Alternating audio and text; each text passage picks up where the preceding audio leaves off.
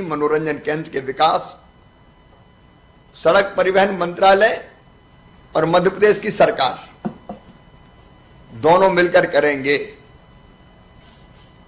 उसमें जो हमारा एमएसएमई मंत्रालय है भारत सरकार का, वो हमको भरपूर योगदान देगा, सहयोग देगा।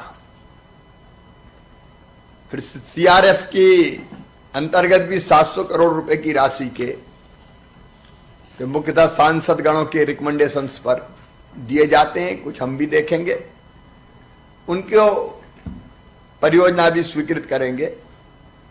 फिर एक मध्य प्रदेश में जिन शहरों से गुजरने वाले राष्ट्रीय राजमार्गों के बाईपास निर्माणाधीन हैं,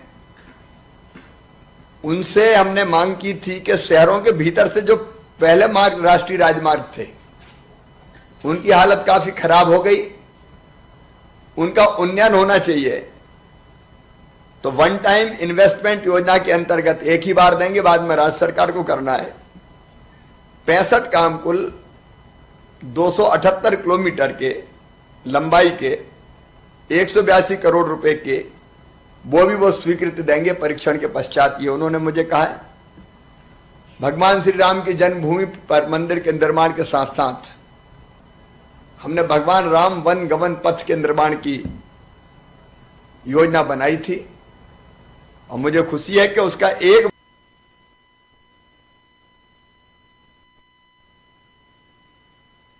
भाग मैयर सतना चित्रकूट 121 किलोमीटर का अब राष्ट्रीय राजमार्ग की योजना के तहत निर्माण करवाया जाएगा। फिर राज्य की विभिन्न सड़कों पर जो ब्लैक स्पॉट के सुधार के लिए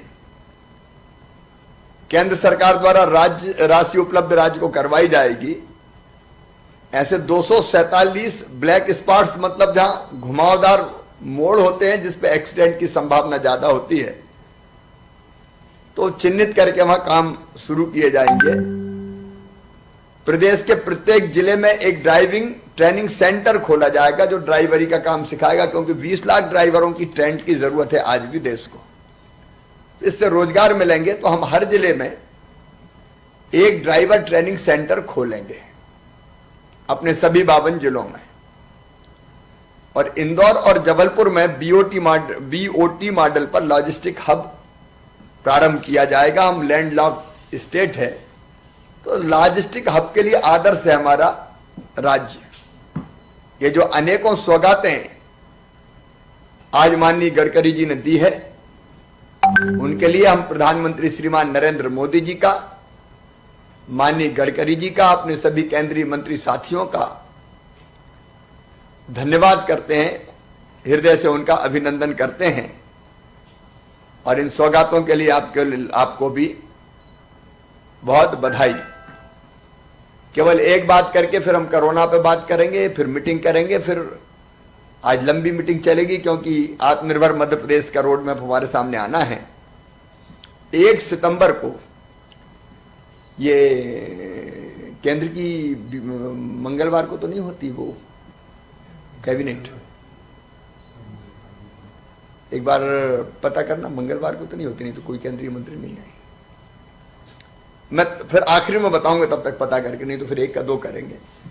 तब तक कभी कोरोना की बैठक प्रारंभ करें।